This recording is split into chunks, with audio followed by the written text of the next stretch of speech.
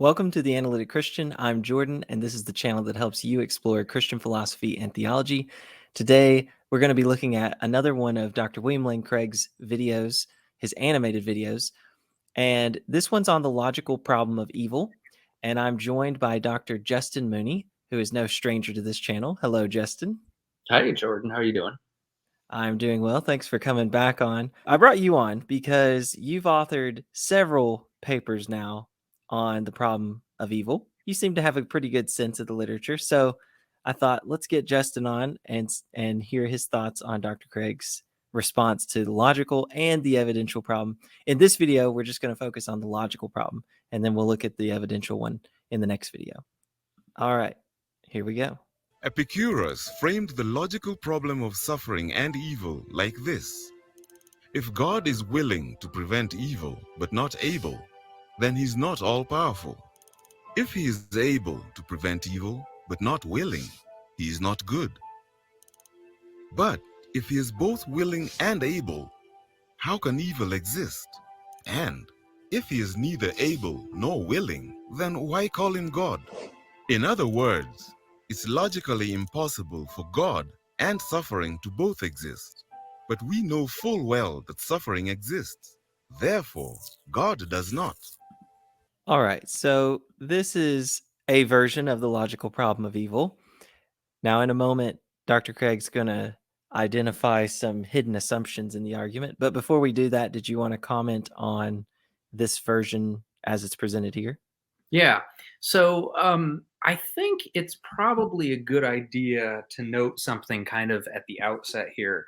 And that is that this video and the sequel to this video that we're going to talk about in another video, in another of your videos. Yeah, right. So many videos. Yeah. It seems to be an abridged version of the chapter on the problem of evil in the book Philosophical Foundations for a Christian Worldview. So here's like the first edition of that book. There's a newer edition that I don't have. And I don't know if any changes are made to the chapter on the problem of evil in the newer edition.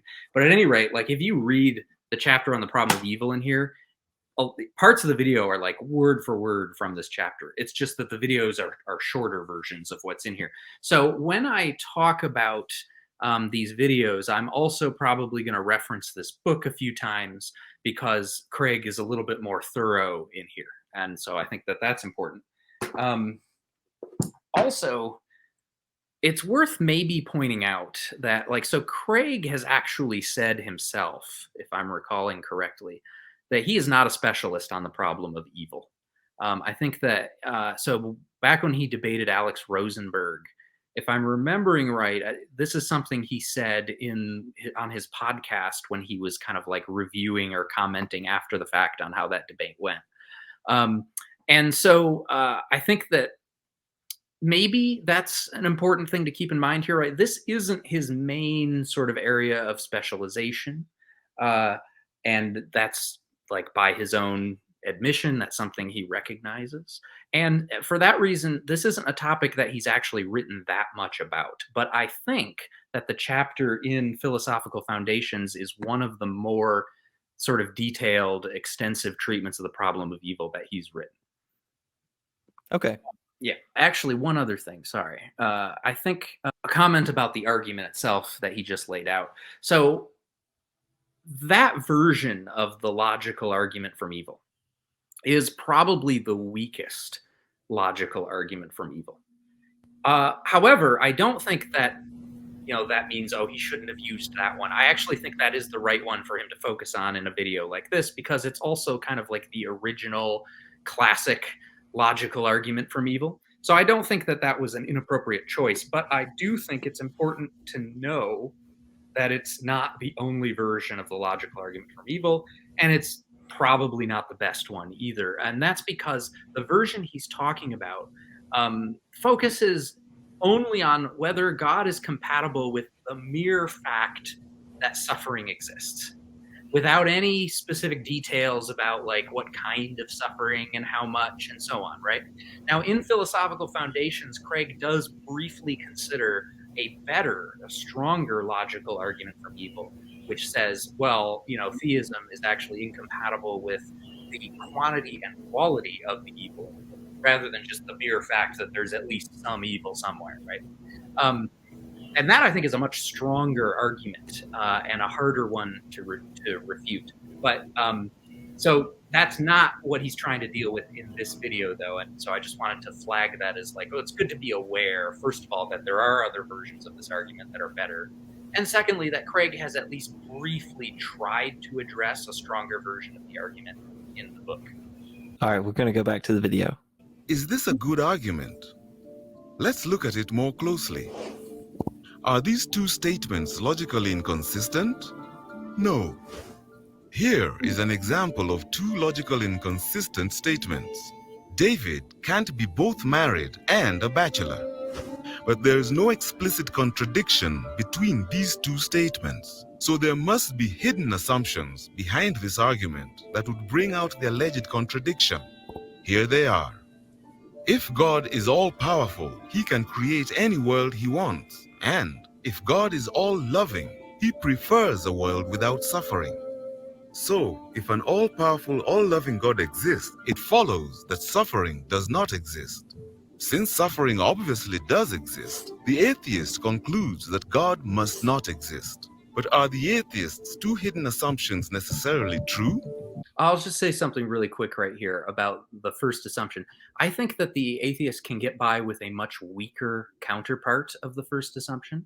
The atheist does not need the premise that if God is all powerful, he can create any world he wants. All he really needs is the premise that if God is all powerful, then God can create a world without suffering, which is much less controversial because all that would take is say that God can make a world where there aren't conscious creatures that are capable of suffering, for example, right? So I think that this assumption that Craig is sort of pinning on the atheist is stronger than the atheist actually needs. They don't have to defend that.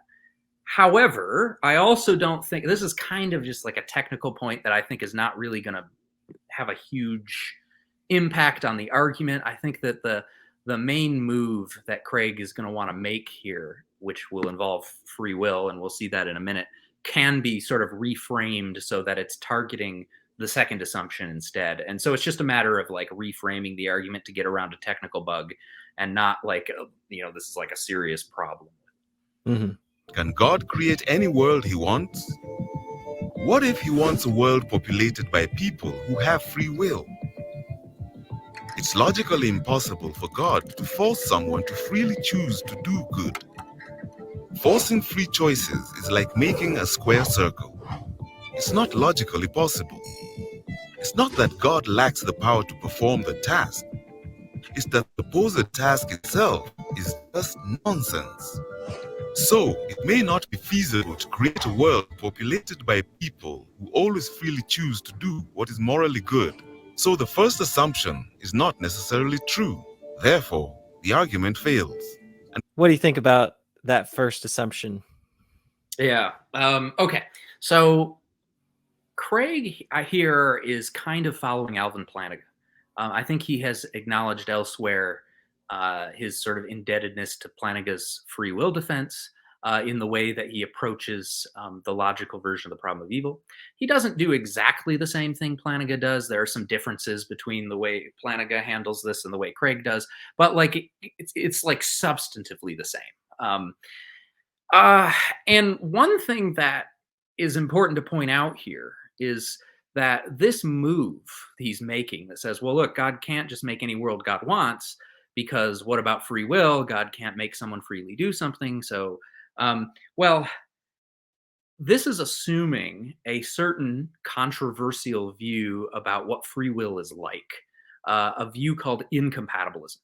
Incompatibilism says that freedom is incompatible with causal determinism. More carefully, what it says is something like this, that any world in which there are any free actions is a world in which causal determinism is false. It does not say that every free action, must be not causally determined. There are versions of incompatibilism, called source incompatibilism, that say, no, actually, you can have some actions that are both free and causally determined, but it can't be that all actions are like that, right? The ones that are have to be like ultimately derived from actions which were free and not causally determined. Okay, so this is so it's important to highlight this assumption because the video makes no mention of this whatsoever. It just kind of just says, look, if the action is free, then God can't, make someone perform that action, right? And I'm going to assume that when it talks about God making someone do something, it's talking about God causally determining that the person does that thing. And okay, that's right if you're an incompatibilist. But incompatibilism, though a respectable philosophical position that has a lot of interesting arguments in support of it, is also a controversial and actually minority philosophical position. Just going based on the 2020 Phil Papers survey, the opposite of incompatibilism, compatibilism, the view that actions can be both free and causally determined, that is all it's possible that all free actions are causally determined. That is actually quite a bit more popular, at least according to that particular survey, among professional philosophers than incompatible. Now, that doesn't necessarily mean much. There's all kinds of ways to explain away statistical, survey, data from surveys like that, and it may not have anything to do with how plausible the views are. I'm not making any particular claim about whether one is more plausible than the other. I'm really just kind of making a dialectical point that this is a dialectically costly assumption of the move that Craig is making here, right? It relies on a controversial and even minority view about free will. And so it's a step that can't just be taken for granted, but has to be defended, if that makes sense. So that seems important. Could Craig weaken his claim rather than say, however it was said in the video, like God can't freely cause someone to do something? That's basically saying, like, I'm assuming incompatibilism is true. But rather than say, I assume it's true, you might just say, it might be true, right? And so long as that's a possibility, then it seems like it's a possibility that there's a world with suffering, that God is all powerful, and yet he can't prevent the suffering. Yeah, That's the so thought. that's right. That is something Craig could say, and it might even be something he does say. Like, I remember the other day I was reading the Philosophical Foundations chapter, and I thought I remembered reading something like that, where Craig was doing something actually even a little bit less or a little bit more modest than what Plantinga is doing, trying merely to argue something like, well, for all we know, it could be that God can't make people freely, do good things instead of bad things or whatever, right? Rather than what Plantinga is doing is something stronger than that. He's trying to show, in fact, it is possible that God is in a situation where God can't bring it about, that people do these things because of the way, the counterfactuals of freedom work out or whatever.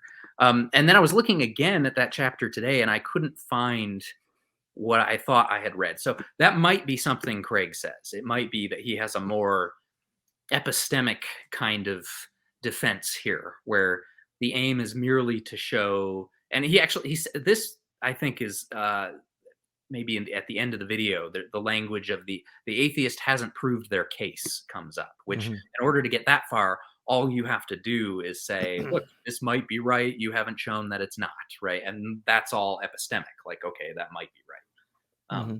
Yeah. Did that make sense? Yeah. Anything else you wanted to say before looking at the second assumption? Yeah, actually, one other thing. So having said that, the move Craig is making here depends on this contentious view about free will, I will now add maybe, I guess, a qualification to that. And that is a number of people, apparently independently, or at least, in different ways, have actually tried to develop versions of the free will defense that are compatibilist rather than incompatibilist. In fact, there's been a surprising number of different attempts to make that work. And so maybe if one of those kinds of compatibilist free will defenses works, maybe Craig actually doesn't need this contentious dialectical assumption. But anyway, that's one further thought to throw into the mix, if this wasn't already complicated enough. Mm-hmm. Okay, let's continue with the video here. And what about the second assumption? Is it necessarily true that God would prefer a world without suffering? How could we possibly know this? We all know of cases where we permit suffering in order to bring about a greater good. If it's even possible that God allows suffering in order to achieve a greater good, then we cannot say this assumption is necessarily true. For the logical problem of suffering to succeed, the atheist would have to show that it's logically impossible that free will exists, and that it's logically impossible that God has good reasons for permitting suffering. All right. So thoughts on that? Yeah, okay. So I think this is the Achilles heel of the argument. This is really where all the action is. So Craig is suggesting, look, maybe God has a good reason for allowing the suffering in the world. And that's kind of what everyone says, especially if you construe having a good reason in this really, really broad way where it doesn't have to mean like greater good or anything like that, right? There's a sense in which the whole literature on the problem of evil, or rather, at least like the vast majority of it in the Western analytic contemporary tradition, is just thinking in terms of like, all right, look, there's some good reason or reasons why God is allowing evil. Let's see if we can figure out what it is, or let's see if it's okay, like that we can't figure out what it is. Maybe that's still not a good reason to be an atheist, or and so on and so forth, right? Okay. But and actually, I mean, there's a sense in which what Craig says here, I think is right. Because that's basically the point he makes, is like, look, maybe there's a good reason for God to permit the suffering of the world. And, this argument that he's considering hasn't tried to show otherwise, at least taken by itself, right? But I also think that there's an issue that's kind of being glossed over here that is worth sort of honing in on and highlighting, right? So he kind of seems to be conflating the idea of God having some like adequate reason for permitting the suffering in the world with the idea of God permitting that suffering for the sake of a greater good. And that's interesting. I mean, there are people who take this approach and who say, look, this is kind of what it comes down to. It's all just about whether the suffering is necessary for some greater good. But that isn't the only approach you can take. And I'm inclined to think that that in fact, it's very important to think about another complicating factor here, namely non-consequentialist constraints on doing and allowing evil. So if you're a consequentialist, you think that the only thing that matters when it comes to morally assessing at least the rightness or wrongness of doing or allowing an evil is the overall value of the consequences of doing so as compared to the overall value of the consequences of not doing so, right? But I'm not a consequentialist. Some people are, and some people aren't, right? It's a respectable view that has some impressive defenders, but also a lot of people are not consequentialists, including a lot of philosophers, and I'm one who's not. And so I think that it's not always permissible to do or allow suffering even when it's necessary for a greater good. I think there are also some moral restrictions on the ways in which and the situations in which you can do or allow evil or suffering for the sake of a greater good. And so one who is going to pursue this move that says, well, look, maybe God has good reasons for the suffering, if you're not a consequentialist, then it seems like you're probably going to have to tend not just to the issue of, is there like a greater good here, but also, is God respecting whatever non-consequentialist constraints there might be on promoting that good? Okay, so this is actually something that I have a lot of my work on the problem of evil is about this. There are other people who have been working on this too. It's kind of an underappreciated aspect of the problem of evil that's starting to get some more attention now.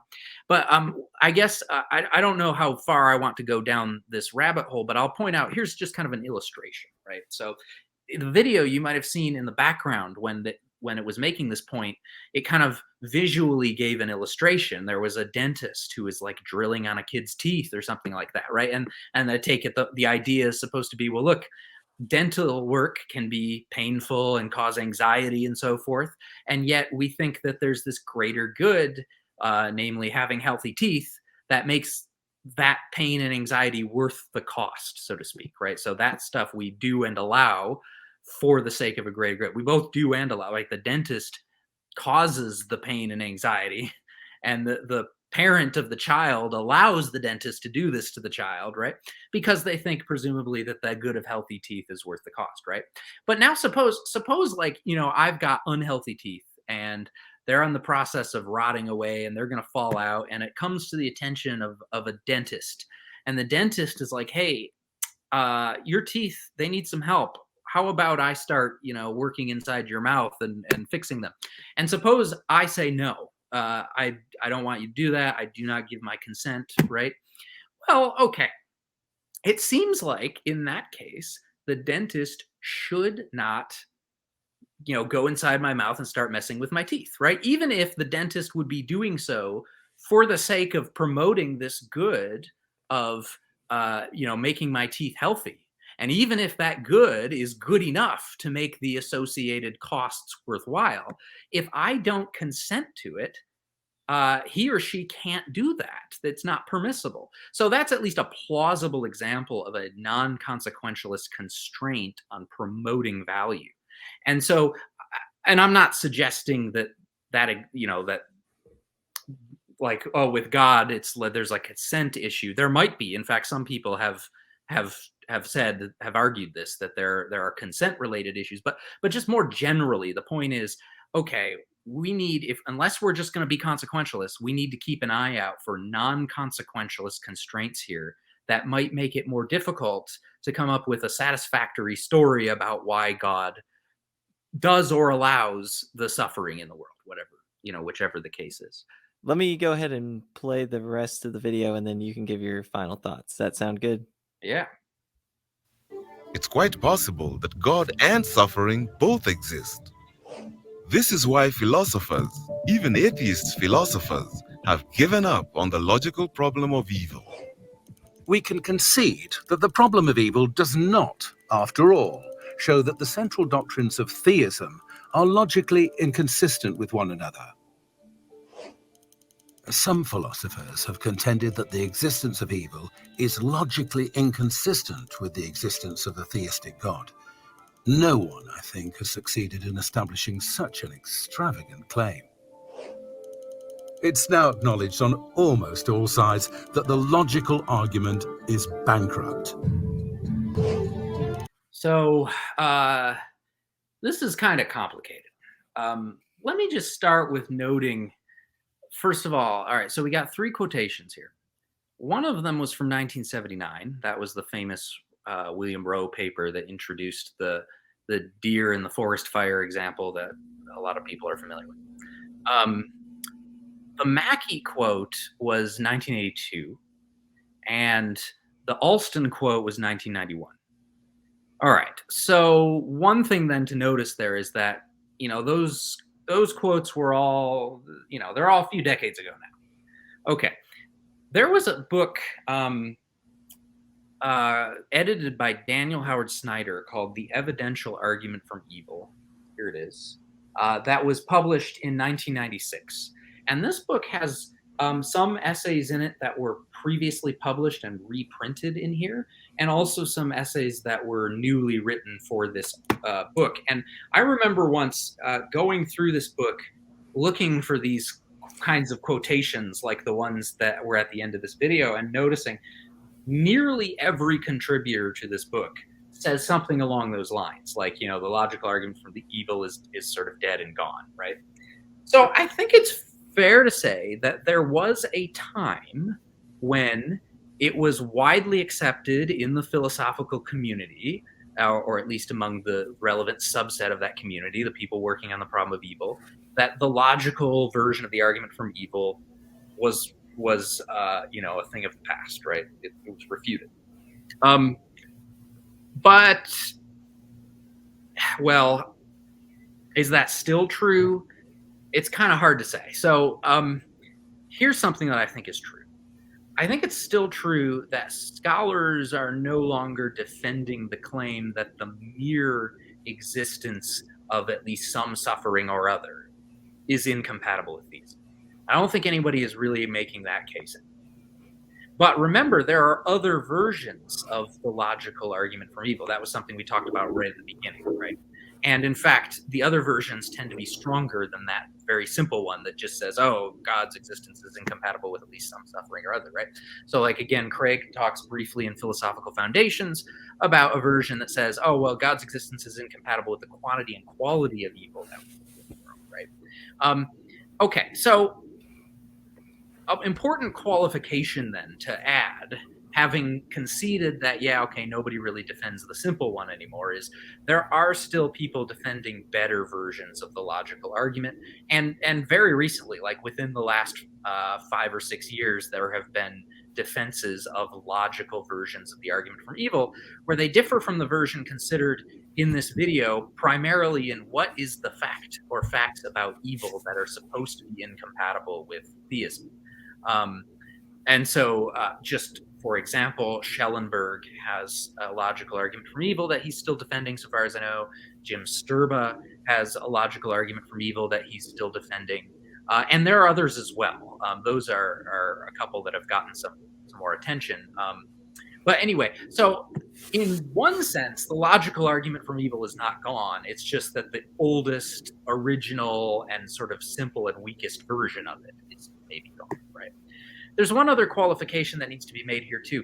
When you look at these quotations of people saying like, oh, the logical argument from evil has been refuted, one thing you often see is them citing Plantinga's free will defense as like what refuted the logical argument from evil. And this is important because although, again, I think it was true at one point, it seems to have been true at one point that people just kind of accepted, yeah, Plantinga's free will defense succeeds. That is not true anymore. So, for example, let me just, so there's a paper from 2015 in Faith and Philosophy by Daniel Speake, defending the free will defense against an objection that had been raised by Alex Proust. And here's how that paper starts. I'll just read a couple of sentences. Speake says, few arguments have enjoyed as strong a reputation for philosophical success as Alvin Plantinga's free will defense. Despite the striking reputation for decisiveness, however, concerns about the success of the free will defense have begun to trickle into the philosophical literature. In fact, this may understate the situation. It may be more accurate to describe the flow of complaints as substantially more than a trickle. And then he cites a bunch of people who have challenged Plantinga's free will defense starting in like the late 90s or so, and then into the 2000s.